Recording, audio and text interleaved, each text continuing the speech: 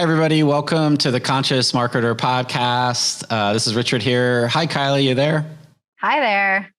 And today our episode is going to be about marketing for introverts and marketing for HSPs, or highly sensitive people. And I know a lot of people in our community, they say actually that 20% of the population identifies as a highly sensitive person. So, and we have a lot of these who train with us and work with us, and even clients, and maybe even us, like part of us is a highly sensitive person or introvert. So I'm kind of curious, Kylie, do you identify as an HSP or an introvert at all, or? Definitely as an introvert. And I think there's times in my life where I would have identified as a highly sensitive person, but I also think I toggle, right. I think I toggle in and out of it a little bit.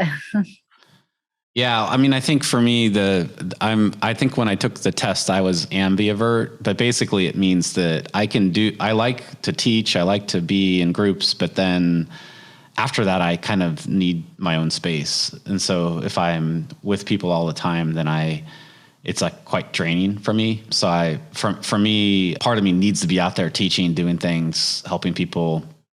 But then I also need my solitude. It's like sacred time for me to go and recharge. So after, like, if I do like a mastermind call where I'm giving a lot of advice or holding space for others to kind of make the breakthroughs, sometimes it takes me a day to recover, which is kind of interesting, And then I think the issue is when you're either a highly sensitive person, which means, basically highly sensitive person feels things. So they feel when the world's going through pain, they feel pain. When they walk down the street, sometimes a highly sensitive person can like literally feel the pain of the people as they're walking through. And so this could be a challenge as you're starting to get your stuff online and post things. As people are making comments and interacting with you, you start to feel everything in the market. And I think it can go a couple of ways. One is like, you can be a great service. The other is you can just say, this isn't worth it. I'm just going to shut all of this out, Mm-hmm. And so I think there's something about figuring out like maybe some ideas that maybe we could help people if they either identify as introverts or highly sensitive people, how to get online and not get shredded, but actually, be able to give your gifts to the world and help people in a way that actually gives you more energy rather than maybe depletes you. So let's talk about that, Kylie. Do you have some thoughts on, like, if you're an introvert or HSP, like what are some of the things that you'd recommend they do?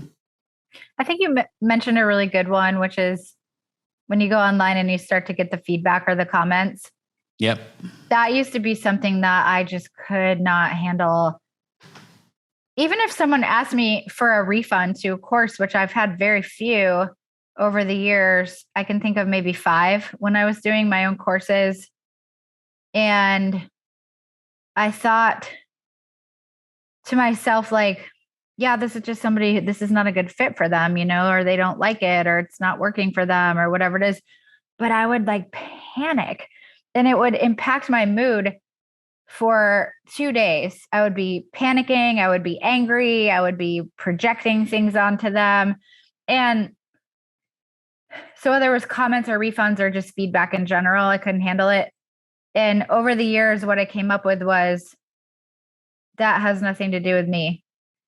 It wasn't about my course material. It was about their experience of my course material. And that's not something I can control. And also, there's always room for me to grow. So really starting to look at feedback as indicators of areas that I can take a look at and see, like, where can I grow? But I think it just has to do with really understanding that it's not about me. And even the other day on one of our ads, I saw a comment about who we were and what we were up to, and it wasn't true. And it was the first time I got snagged in like 10 years. I went in there to try to explain something to her in like the nicest of ways, and she just came back even harder. And I was like, you know what?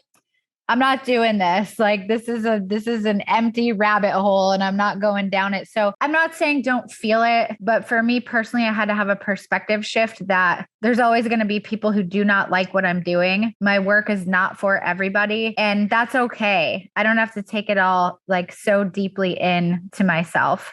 Yeah, I think comments it's just a great place to figure out like where your boundaries are. And so as you post things online, you're going to have positive and negative comments. And so if you're, we've talked about this before, I'm not sure where, but basically if you have a group or you have your feed, then it's your job to kind of like create the sacred space there. And so you want to basically be quick to ban people that either don't follow the rules or are not supportive or potentially even have a completely different view. So typically if you're a creator or somebody that's creating a movement, you're taking a stand for and against something. And so just realize if you're doing your job correctly, you're going to have haters come out actually. And so if you can just realize that the expectation shouldn't be that it's all like unicorns and roses and puppy dogs in the comments, and realize that now I think that there can be somebody who has a different view and is polite and respectful, and then there's somebody who can have a different view who's vicious. And when I see the vicious ones, I'm like, sometimes I see people interacting, I'm like, no, just ban that person. So in fact, I saw it yesterday actually. My fitness trainer had somebody come in and start to basically put him down for the way he posted. And he started to defend himself. And then the person, it was like he took the bait, and then the person just kept coming back and and then really in my opinion, what he should have just done is ban the person immediately, and just got him out. And then it wouldn't have taken his energy, and that's not his ideal client anyway. And so it would have just kind of stopped the conversation. So just remember, you're not here to serve everybody. Create sacred spaces on your timelines and in groups. And you can block and ban people. Like Facebook makes this really easy. I probably have 100 people blocked and banned, And I think the first couple of times I did it, I felt kind of bad because I want to accept everybody, but it's like not my role to like make everybody happy. And so if somebody's going to be aggressive or a lot of times it's they just don't know you, and then they're laying their stuff of who they think you are on top of them, and then it's just better to just take action and create that safe space. Yes, I totally agree with that. And I think that you nailed it when you said it's not about making everybody happy. Yeah. And I do think when we're really immersed in our actual service, it does help a lot, because when I'm teaching and I see the lights go on with different types of storytelling, or I hear from people that they got amazing results from doing the work, then all that other stuff doesn't matter to me as much. I'm thinking like those people could have gotten these results too, but they're complaining.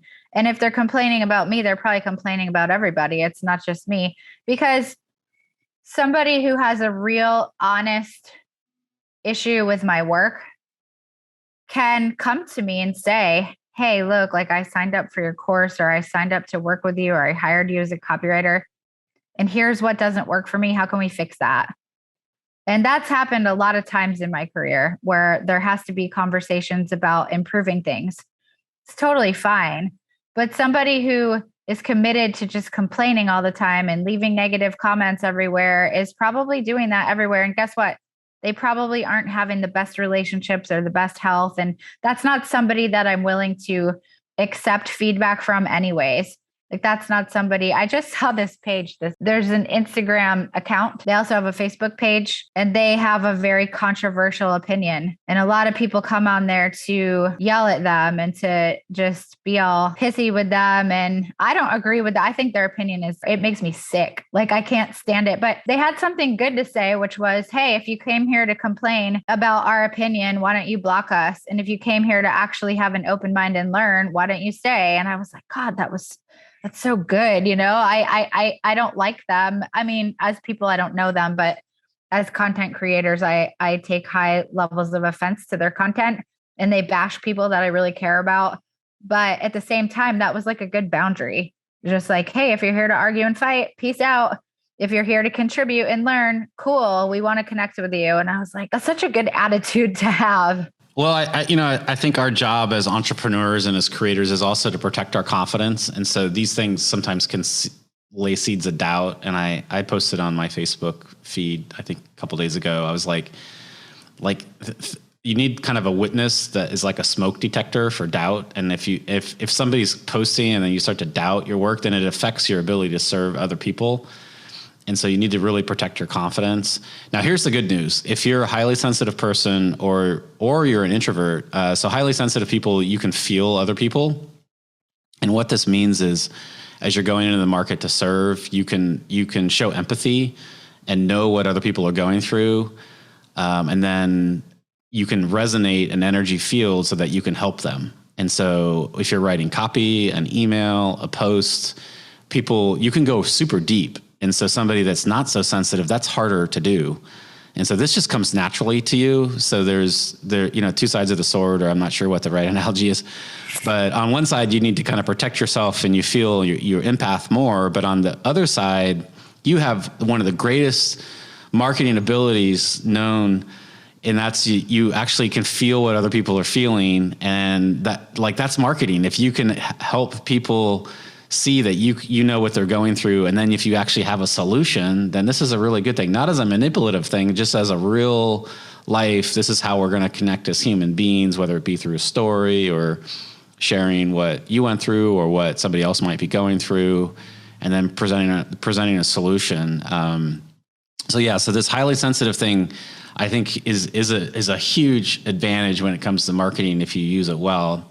And then the other thing that I'd say about, because I think probably when I was younger, I was a little bit more introverted, and I would say I'm moving toward ambivert. Maybe I'll end life as an extrovert at some point. I don't know. We'll see. I'm going through a few phase shifts in process communication models here, so you never know. But there's a myth that introverts aren't very good salespeople and aren't very good marketers, and actually that's not true either. They've actually done studies, and the best salespeople, we think of like Leonardo DiCaprio and whatever movie he's in, whatever not Wall Street, but whatever that one is. And we think of this outwardly salesperson, but the best salespeople in the world are the greatest listeners, and they're able to tap in. And so most of the top salespeople at companies are actually introverts. And this is a fact. This is a study. I'll have to find the study. So if you're an introvert, you can listen, and by listening, you can understand what the other person's going through. Again, it's a marketing skill, and as an introvert, you have a really rich inner world, right? And so you can know what's going on in your mind, and also understand what's going on in your prospect or your client's mind. And then you can create better posts, you can create better videos, you can create better emails because you know their inner world, you know the conversation and what they're feeling in their head. And so this is another superpower. So both, I think, HSPs and introverts have these superpowers. And so you can look at it as like, oh my God, this is thing, and I can't do it. I can't get online. I get shredded. Or you can look at it as like, look, I have an unfair advantage over all those extroverts out of there, because I can feel people. I know what the questions. I can listen. The world needs more of that, not less of that. Mm-hmm. Mm-hmm. Yeah, it's true. I mean, I'm introverted and I'm good at selling. And I think too, when the introverts can get over that anxiety around making the actual offer, then it's even better. Because when I make offers, I'm just like, okay, well, here's the cost. There's no like weird energy about it. It's not hidden. So I do think that once people feel understood, heard, seen, that they believe that you really understand their problems and you're not trying to push a unnecessary solution on them, I think that that's when making the actual offer becomes really easy. And it kind of reminds me of what I talk about in storytelling, where if you connect with people, establish that relationship, establish that bond in the story, when it comes time to sell, you can just say, okay, I have a thing. This is what it costs. And that's what I do. I tell stories. I build relationships. When I have a class, I'm like, class starts this time, cost this. And so that's kind of how I weave that introverted skill set into the seamless movement from building relationships, connecting, understanding to then here's that selling point also. Yeah. And we've talked a lot about how at the end, it's really an invitation. It's like, hey, if you have this thing either you want to do or you want to solve, do you want to, or do you want to solve it or do you want to do it? And the answer is either yes or no. And then the follow-up question really is just, well, do you want to do it with me now, or do you want to try to figure it out yourself or go somewhere else? And so that's really it's like the last two questions after you have some trust and you have the connection built. You just have to help people make the right decision, and whatever decision that is, that's on them, and you've guided them down that path. So yeah. A couple other things that wig people out through the years, and I'll just mention it because I think it's the introverts and the highly sensitive people that kind of it affects the most. And there's two things in particular. I don't want to get through this episode and not mention them. And one is email unsubscribes.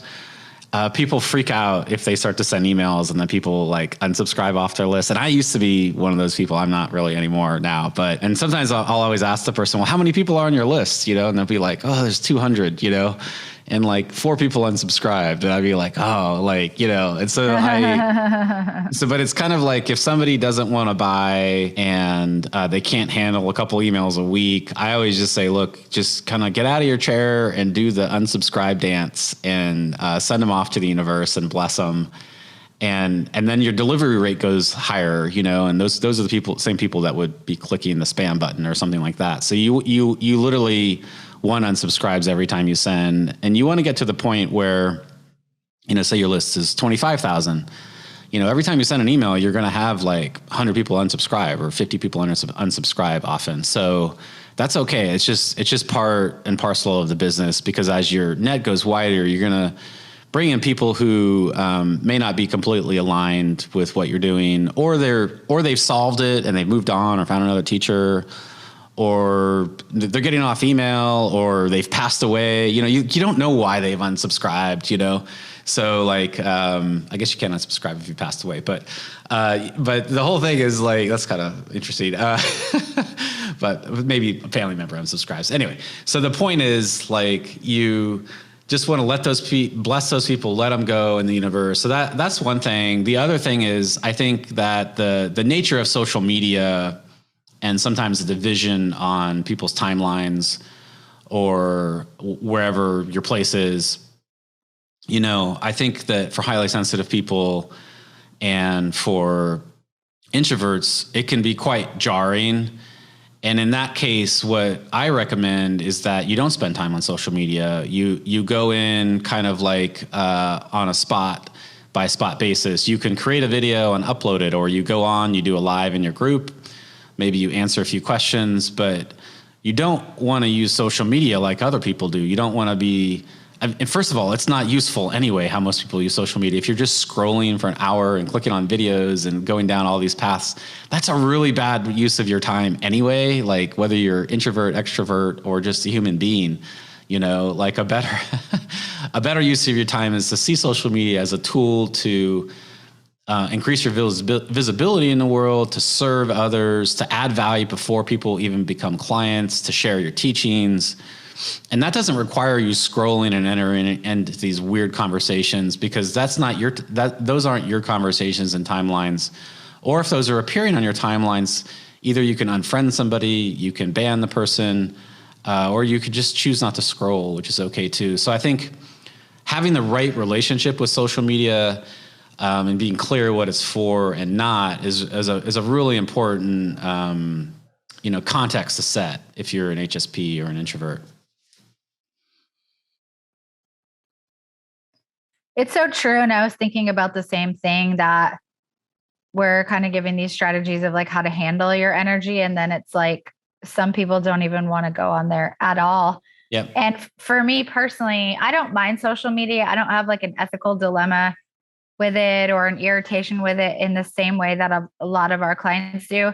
It's more for me, it's more about, sorry, I totally lost my train of thought because I'm so tired. Let me start over. What was I saying? Oh yeah. Okay. So for me, the social media issue is less about whether I like it or whether I want to be there. I just kind of overcame that because I feel like I need to be there. But it's more about what's my objective? What's my intention? What am I trying to do? And there's something like 2 billion people on Facebook alone, and Instagram is catching up, and TikTok will start to catch up. And we're talking about like a quarter of the, more than a quarter of the world is on there. So if I want to find people, this is an unprecedented opportunity that businesses have never had before, what we have in the last like 10, 15 years. So I think of it more as, what am I there to do? If I'm flying a plane, I'm going to get it off the ground and then take it to the destination. I'm not like, if I need to fly to Denver, I'm not going to Tokyo, right? So, and that's kind of what Richard was mentioning of like the endless scrolling and the this and the that. That's when it gets to be the things that are not so good about it. And when you know what you need, when you know what you want, when you know why you're there, you can get in and you can get out. And that's what I try to do. Just kind of get in, get out. I try to reply to comments and things of that nature, but I don't spend all day on there. Sometimes I will go on there mindlessly if I'm like moving from one project to another and I feel like I need a brain break. Because let's be honest, there's some brain breaking material on there, like you don't have to think too hard to watch a cat jump from, one roof to another or like whatever. So I think just having that clear objective, that clear vision, that clear mission of what you're trying to accomplish also really, really helps. Yeah, well, I think we've covered a lot for introverts and HSPs here. I love that last bit there about intention, like really having a clear intention on why you're using social media, and to go on there and if you want to go on there and scroll occasionally as a release, that's okay too. Like there's no judgment one way or the other. It's just, like just protect your energy is what I would say too, So we've covered a lot. We've started with comments because I think comments is where people get tripped up. We talked about protecting your confidence, email unsubscribe, intention online. All of these things are, I think there's a lot from this episode that you can take away. We've talked about introverts and HSPs being actually having unfair advantage online because you can feel what other people are feeling, and you can listen, and you can understand what's going on with the people that you can actually serve and help. So we hope that this has been useful to you. If you want to grab the show notes, you can go over to consciousmarketer.com/podcast. And we have a couple groups. We have a accelerator group, which is a 3-month group where we help people get their launches off and create a program or improve what they've already done. And we also have a new mastermind as well that will be released by the time this podcast comes out. And so you can always private message either Kylie or me if you want to get more details about that, because that's a really amazing, remarkable group. Any last thoughts here, Kylie, before we let everybody go? Well, I just also second that it's an amazing, remarkable group. Yeah, I had 3 amazings in there. So there was, I know. All right. Thanks, everybody. Thank you so much for being part of the Conscious Marketing community. And we look forward to sharing with you on the next episode. Bye for now.